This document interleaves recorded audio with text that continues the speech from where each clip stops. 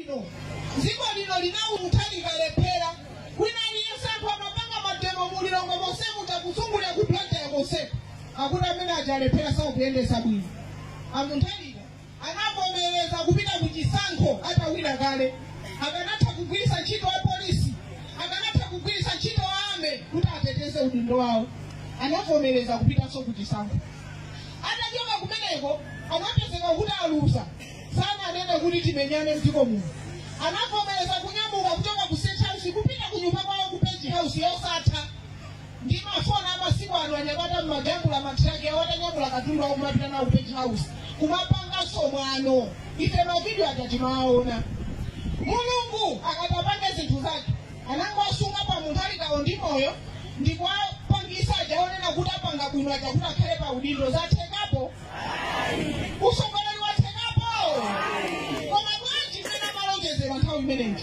Wina aliyesa makhulupirira kuti anthu awa awapokhala abusawa mwina akhoza kusongolera bwino dziko lino. Chikhulupirira mphanali nazo zatheka. Asongoleli. Usongoleri siwopheka. Umapheka kamayenesa mzako.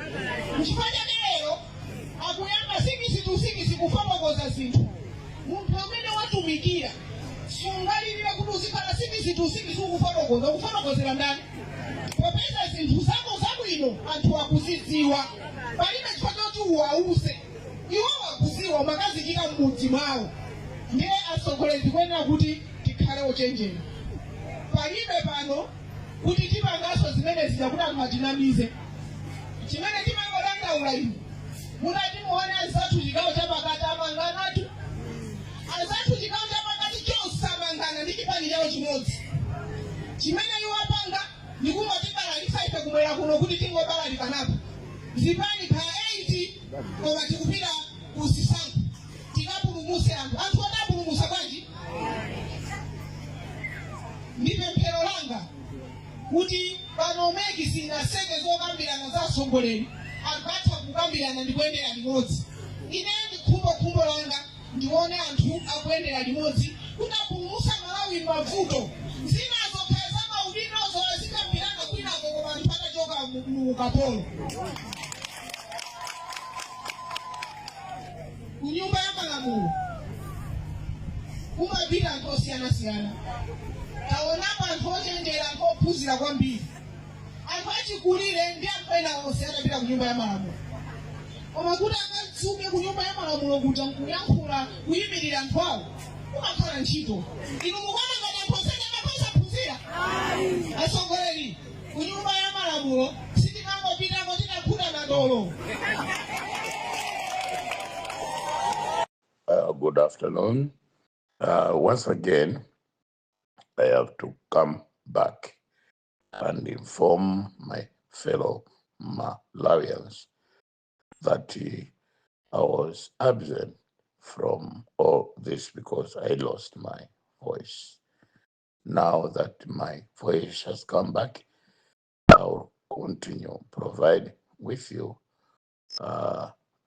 information that is currently in or happening or is in our country or is happening in our country. Ino akuluakulu ndikufunseni.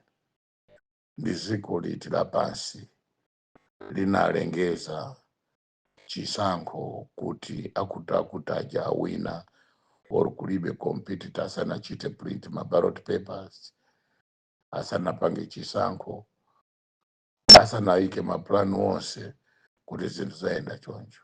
Palibe. Awo ife tinaona ngati maplan akale tinaziwa kale. Za polisi zonse tinaziziwa kale. Kuphedwa kwa Chilima ena ife tinakuona kale. Kuphedwa kumene kwa anthu amene afuna aphe tisanaponye mavotiso tukuziwa. Amalawi muli zambiri zisinsi. Koma ndisanapite kunena zambiri ndinenepo nkhani ngati ya Vice President Michael Wusi.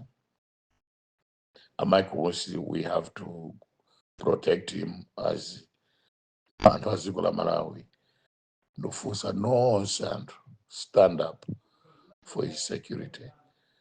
Let us be monitoring them because they have brought in people to assassinate him.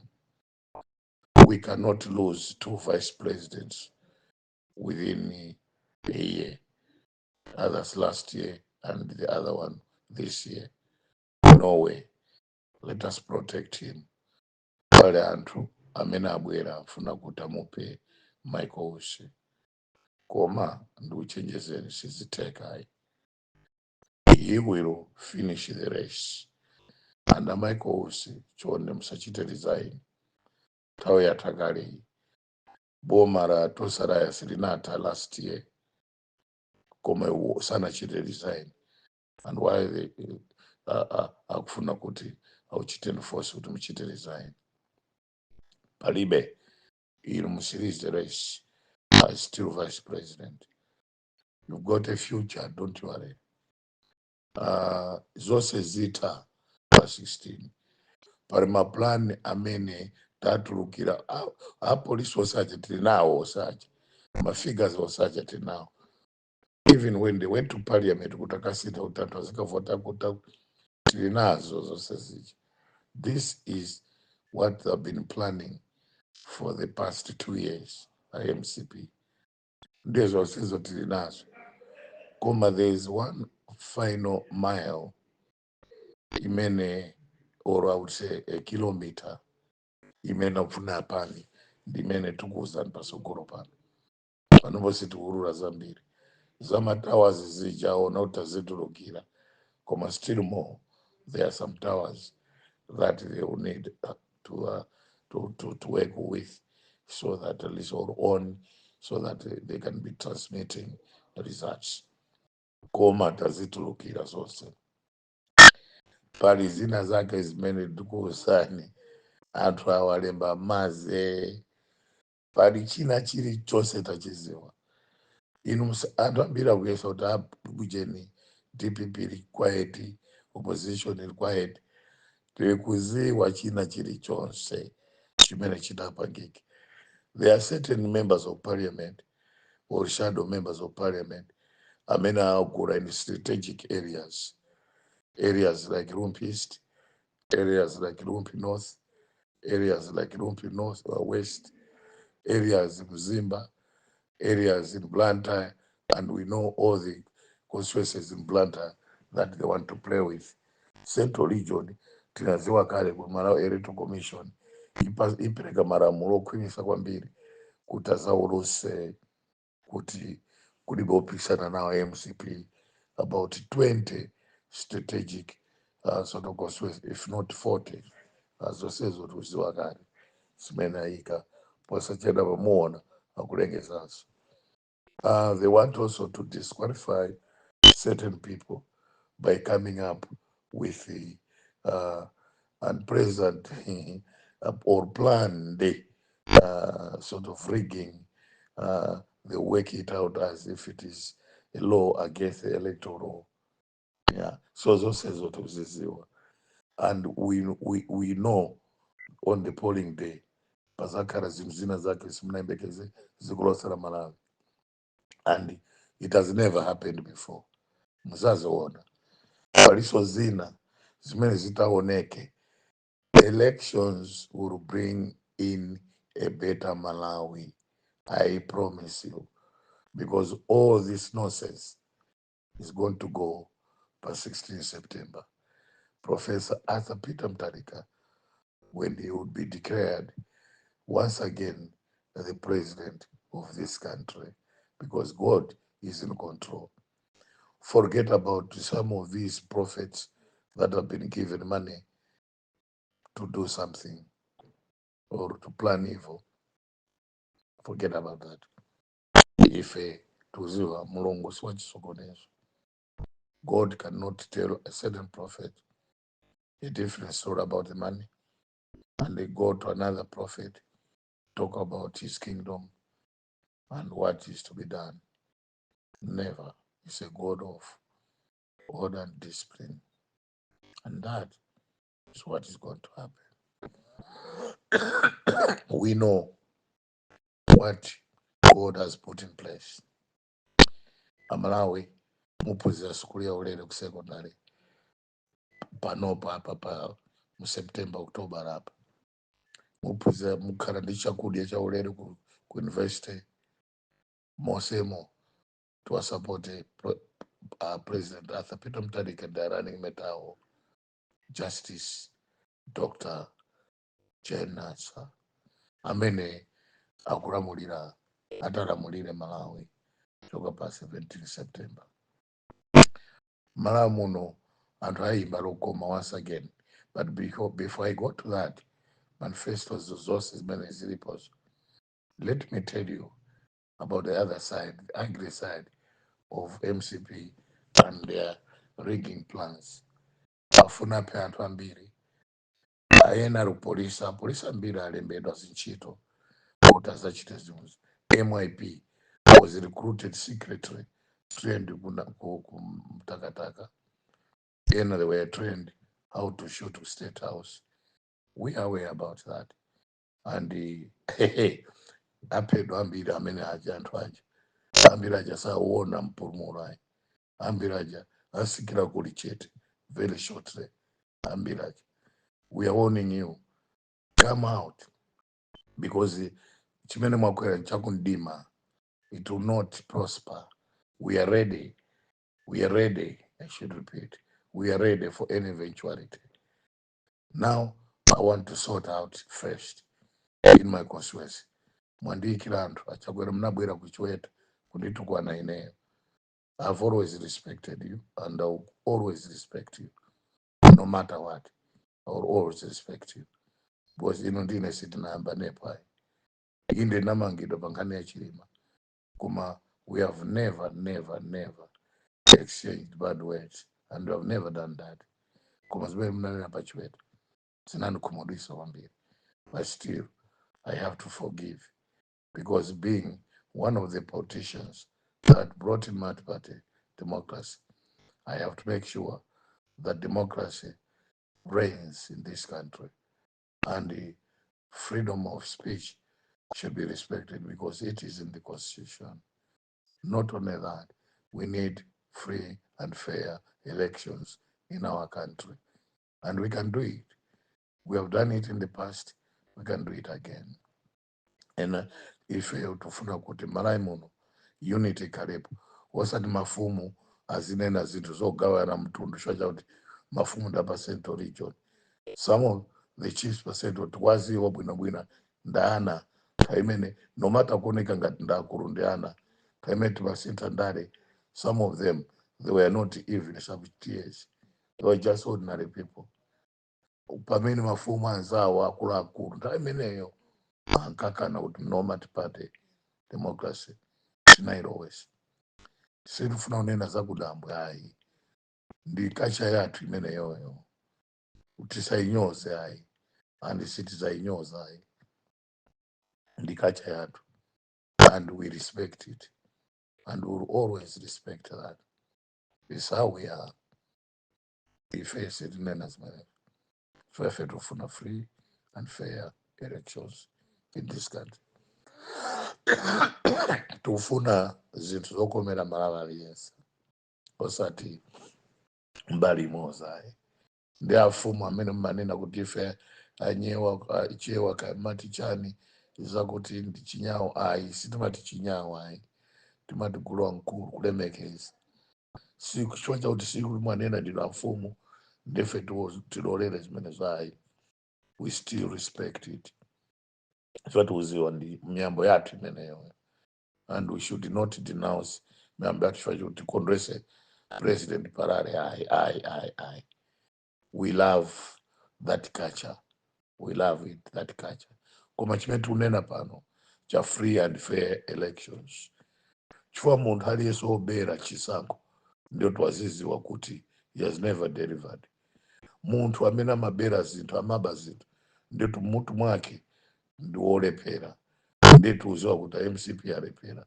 That's why akuchita plan za mwambo wobera chisankho. If we're not talking about MCP being a party of the Chewa, no, it should be a national party, and we love in that way. Koma musachikarise ngati chapasentori richo naye ife tikuti DPP ikuwina chisankho, DPP kulowa mboma sikuti ikuwina ngati achiromwe ayi, ikuwina ngati chipani cha munthu aliyese m'Malawi muno. That is what we want. We want to promote Malawianism, kuti Malawi is one, we are all one. Kauchoka kumpoto, kumwera, pakati, kuvuma, ndi kuzambwe, we are all Malawians, and we should not promote division in this country. If tikufuna free and fair elections in this country, pari mabaroti ena anaikidwa pena pake amenewo towaziwaso ndisaurure zambiri chotikuziva kumene anakabisa komanso ndichenjeza nyamata amu MCP ang'ono nthawi zina musamvere zimene amtaba kunena. Amtaba ndamene anali munthu mmodzi amakhala multi-party democracy in this country, koma anthu anavota for multi-party democracy. Komanso Ntaba, to me, is one of the most respected in me, kokwaine, to me, of late akhala quiet kwambiri, and kubwera kumene kwawo kuchasapite kuti iyayi anyamate fopanda sisi pamoto tiwasine kwawo yayi. Antaba nenani sinthu somanga. We are from there, you were there before, and you know exactly where we are coming from. Chonde Mtaba mzinena zinthu zomanga mbawanga, you know where we are coming from.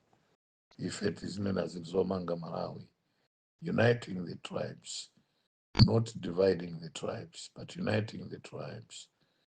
Chifukwa legacy yathu tufuna zakale yabwino kuti there were people who fought for multi-party, who actually brought in multi-party, and Mtaba, you're one of them, because you were at the NCC, National Consultative Council, imene inabweresa malamulo anyuwana democracy Malawi muno. Let us cherish that. Wasachita division.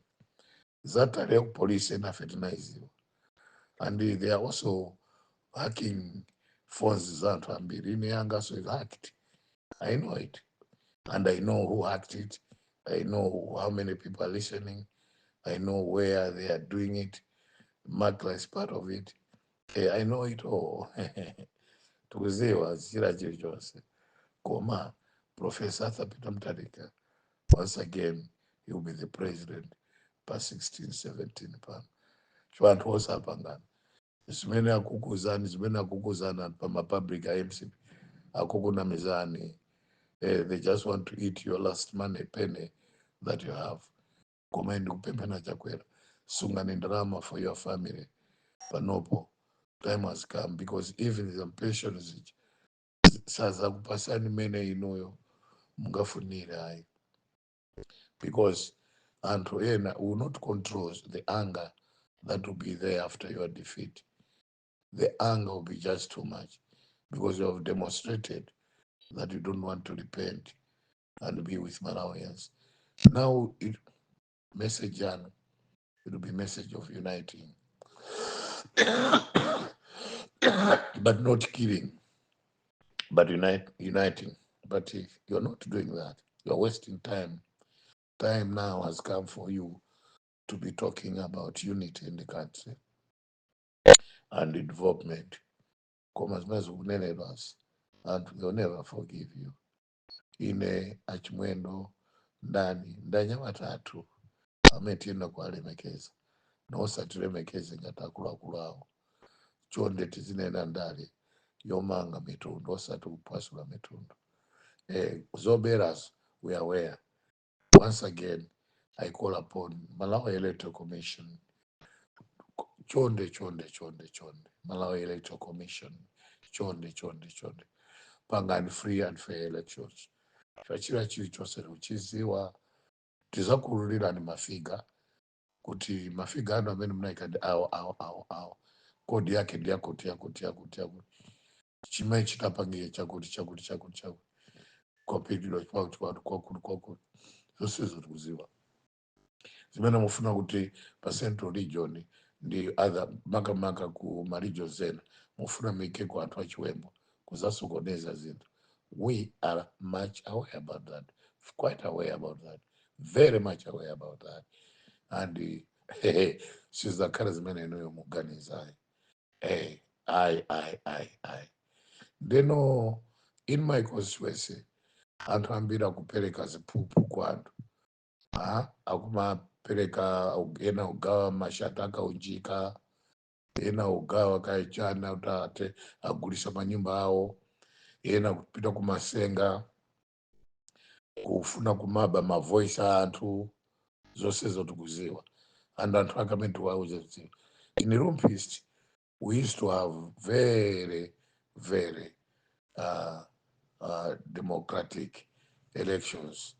Koma kuwonjeza mewonjeza kwinako kwabwera maplayers ena amene amafuna kuti azibweresa masenga mankhwala kupha zawo.